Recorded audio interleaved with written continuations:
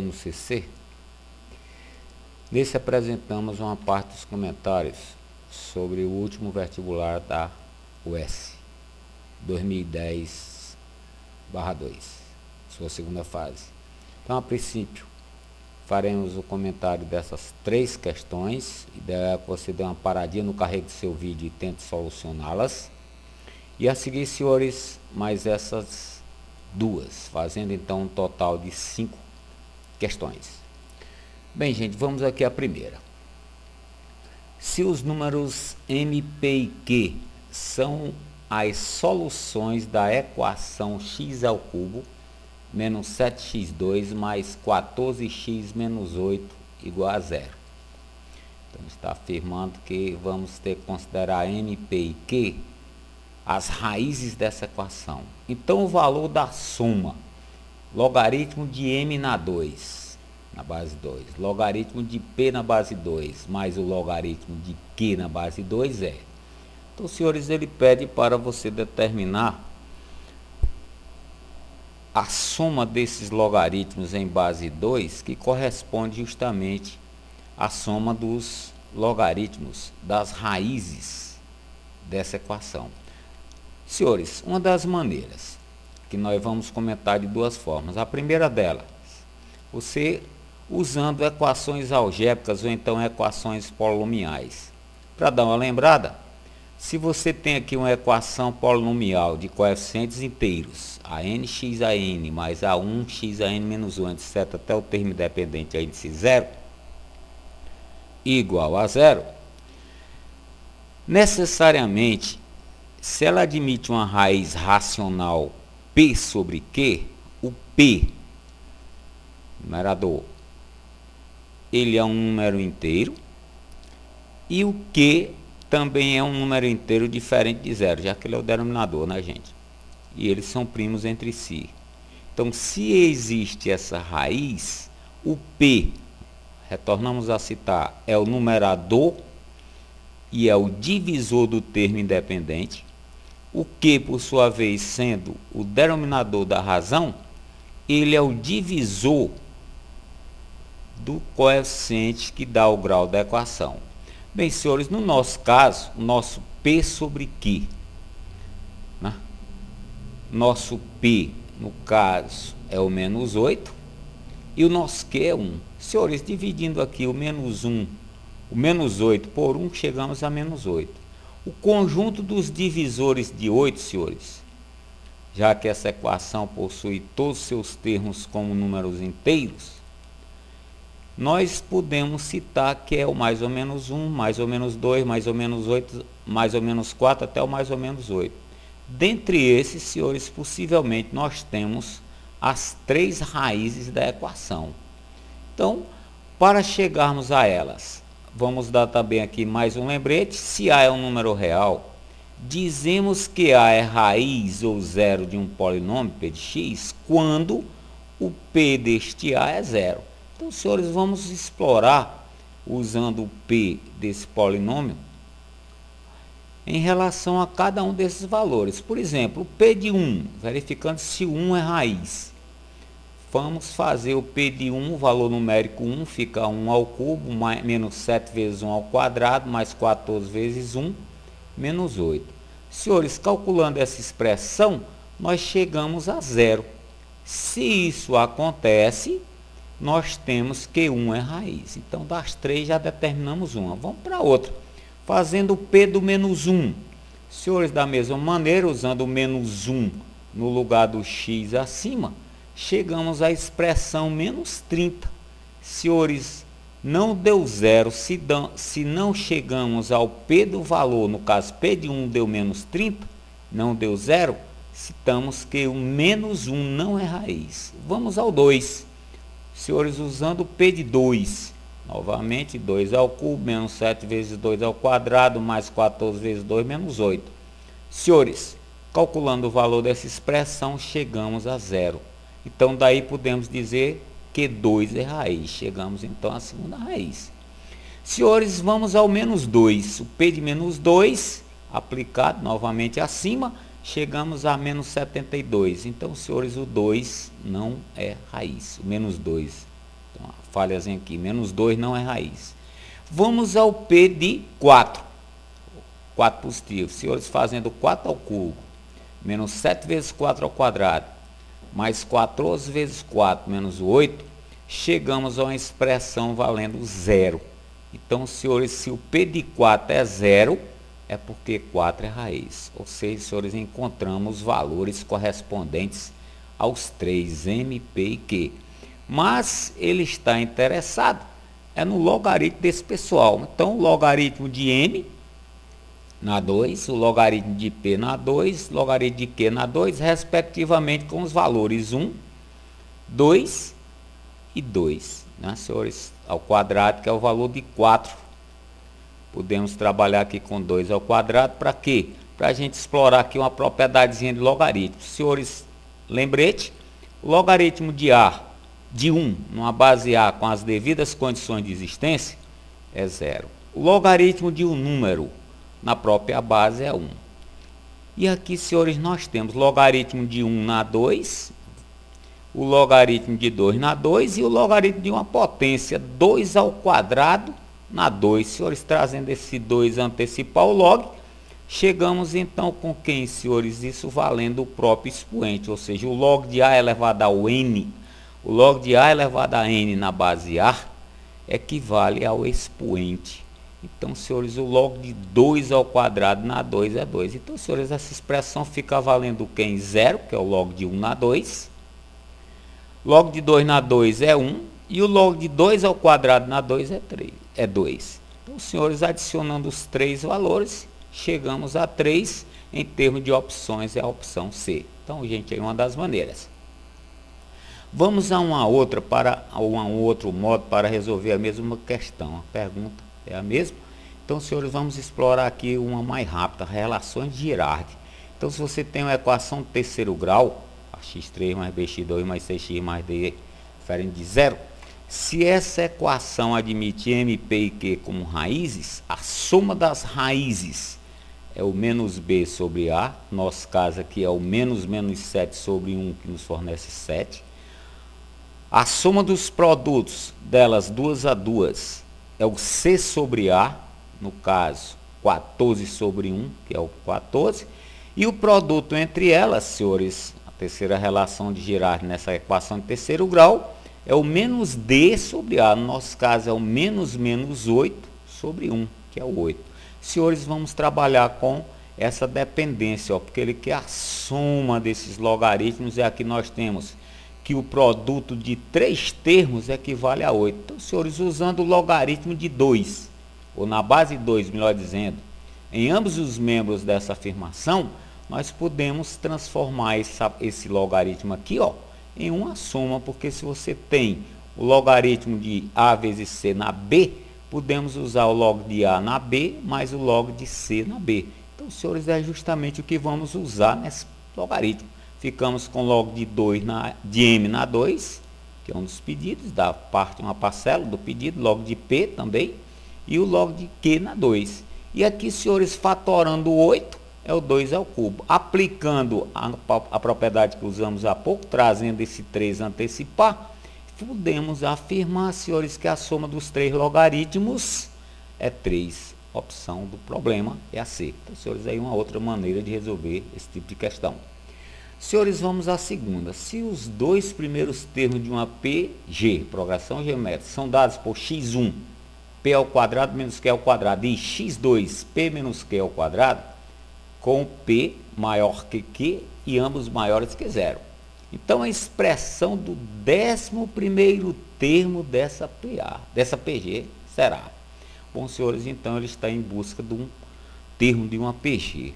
Então, assunto é as nossas progressões. A fórmula do termo geral de uma PG, podemos trabalhar com ela sendo A índice n igual a índice 1 vezes Q elevado a n menos 1. Se estamos em busca do 11º, o n nós já sabemos, o primeiro termo nós temos, que é o p ao quadrado menos q ao quadrado. Vamos ter, senhores, que batalhar pela razão. O cálculo da razão de uma PG, você toma qualquer termo a partir do segundo e divide pelo antecessor.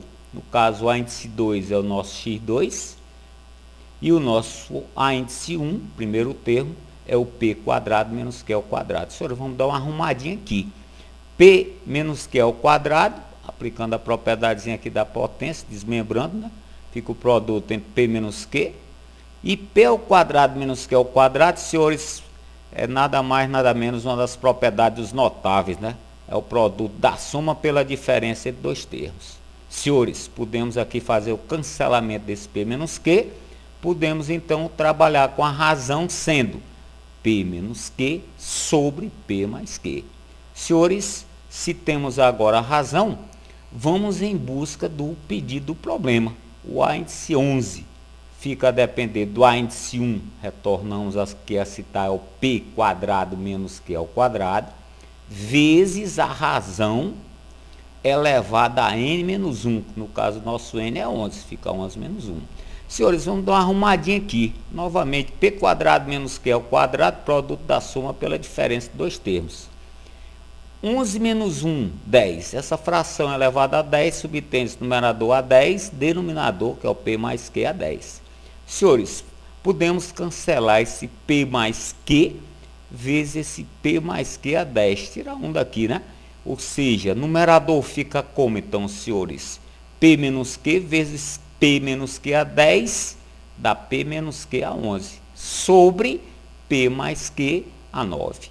É, no caso, senhores, o pedido do problema, opção correta é a B. Senhores, vamos ao terceiro. Um fabricante de latas de alumínio com a forma de cilindro circular reto vai alterar as dimensões das latas fabricadas de forma que o volume seja preservado. Um dado fundamental aí. Temos o fabricante, ele vai alterar as dimensões das latas.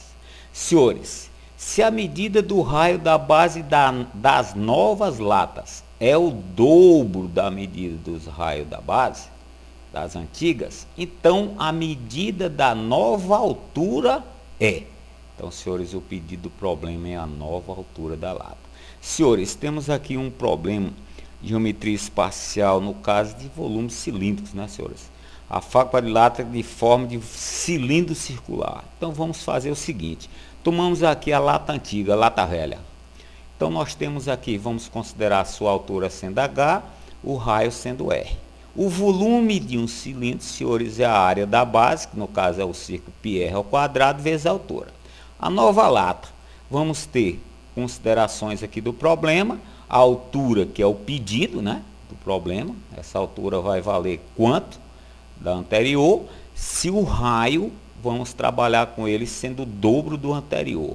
Senhores, o volume desse cilindro, dessa nova lata, que no caso, vai valer πr, que é o 2r ao quadrado, vezes o h. Senhores, arrumando essa potência 2r ao quadrado, ficamos com π vezes 4 vezes r ao quadrado h. Senhores, a frase que vai nos dar o problema, o volume deve ser preservado, ou seja, o volume da 1 é igual ao volume da 2. Então, o da 2, no caso primeiro, é o π 4r ao quadrado vezes o h maiúsculo, que é a altura nova, vezes a anterior, o volume anterior, πr ao quadrado. Senhores, nessa equação, nessa igualdade, podemos cancelar π, podemos cancelar r ao quadrado. Senhores, ficamos então com 4h maiúsculo igual a h. Se a nossa meta é o h maiúsculo, que é a nova altura, h é h maiúsculo, a nova altura será 1/4 da altura anterior. Então, a opção correta, senhores, opção C. Senhores, vamos à quarta. Para valores reais de K, as equações 4 menos K menos 4x mais 5y menos 5k, K igual a 0, representam no plano cartesiano uma família de retas que passam pelo ponto fixo P, coordenadas MN. O valor de M mais N é. Então, senhores, trata-se de um problema de geometria analítica em termos de feixe de retas concorrentes nesse ponto P. Senhores, uma da maneira da gente fazer, vamos calcular ou no caso, o cálculo de duas equações para a gente matar o ponto, né? Interseção. Para a gente matar duas equações desse feixe, você atribui valores a K. Por exemplo, se fizermos o K valendo 4, se o K for 4, senhores, ficamos aqui na dependência de 4 menos 4x mais 5y menos 5 vezes 4 igual a 0. Senhores, zerou x, ficamos com 5y menos 20 igual a 0. A nossa primeira equação do feixe é y igual a 4. Um outro valor, tomando o zero aqui, por exemplo, ficamos com, novamente tomando a equação acima, onde a K vamos usar 0. Então, senhores, ficamos com 0 menos 4, que multiplica x, mais 5y, menos 5 vezes o 0, que é o K, igual a 0. Senhores, dando uma arrumadinha, ficamos com menos 4x, mais 5 igual a 0. Senhores, é a segunda equação. Para determinarmos o ponto, senhores, de interseção, desse, que no caso é o que interessa ao problema, para chegar à soma do m mais n, vamos armar aqui um sistema com essas duas equações. Ora, a solução do sistema, uma das maneiras, vamos substituir o y igual a 4 nessa segunda. Então, senhores, assim sendo feito, ficamos com menos 4x mais 5 vezes 4 igual a 0. Isolando o y, ou melhor, desculpa, tirando ou isolando o valor x, ficamos com menos 4x igual a menos 20, dividido por menos 4, nossa x é 5. Então, senhores, nós temos o ponto de abscissa, que é o valor do x, 5, que também é o valor do m, e o valor ordenado é o 4, que é o valor y, que no caso é o n. Então, podemos dizer que, senhores, a soma pedida, m mais n, é o 9, opção correta do problema, opção A. Senhores, vamos à quinta. Se é 1 e é 2, são duas circunferências concêntricas, mesmo centro, hein, senhores? Cujas medidas dos raios são, respectivamente, 3 e 5. Então, nós temos duas circunferências de centros concêntricos, mesmo centro, e de raios, melhor dizendo, 3 e 5. E se uma reta tangente é 1, intercepto é 2 nos pontos x e y? Então, a medida em metros do segmento de reta x e y é. Então, senhores, vamos aqui a um assunto de geometria plana, uma questão de geometria plana, da qual vamos considerar essa aqui sendo a nossa primeira circunferência, ou seja, a circunferência é 1, raio 3. A concêntrica, ou seja, mesmo centro, a nossa é 2, possuindo o raio 5. Senhores, a nossa tangente, ela é tangente a E1, né? E toca, intercepta-se com a E2 nos pontos x e y. Problema é determinar a dimensão x e y. Então, senhores, se você verificar bem, nós aqui no TCY, né? TCY, nós temos um triângulo retângulo. Já que esse ponto é T, é tangente à primeira circunferência. Então, senhores, usando o teorema de Pitágoras nesse triângulo TCY, nós temos aqui, no caso, CY é a hipotenusa ao quadrado, vai valer o TC, os catetos, a soma dos catetos ao quadrado, TC ao quadrado, mais o TY ao quadrado. Se a gente chegar ao TY, para chegar ao XY, é só a gente multiplicar por 2, já que é a metade. Então, senhores, vamos para ele. Ficamos com 5 ao quadrado, igual a 3 ao quadrado, mais o TY ao quadrado. Isolando esse TY, né? Ou seja, trazendo 9 a primeiro membro, ficamos com 25 menos 9, ou seja, o nosso TY é mais ou menos a raiz quadrada de 16, que é o mais ou menos 4. Senhores, como o TY é uma dimensão, essa dimensão negativa não interessa. Vamos trabalhar apenas com a positiva. Então, no caso, XY é 2 vezes a medida TY, que é 4, e 2 vezes 4, no caso, 8 e 8 metros. A opção correta do problema é a C. Bem, gente, deixamos aqui o nosso conteúdo do nosso próximo vídeo, que é a sequência dessa prova. E no caso são 20 questões, vamos fazer aqui mais 3, aqui mais 2. Deixamos para os senhores como exercício para o próximo vídeo. Mais, gente, valeu, um abraço, bons estudos e até a próxima.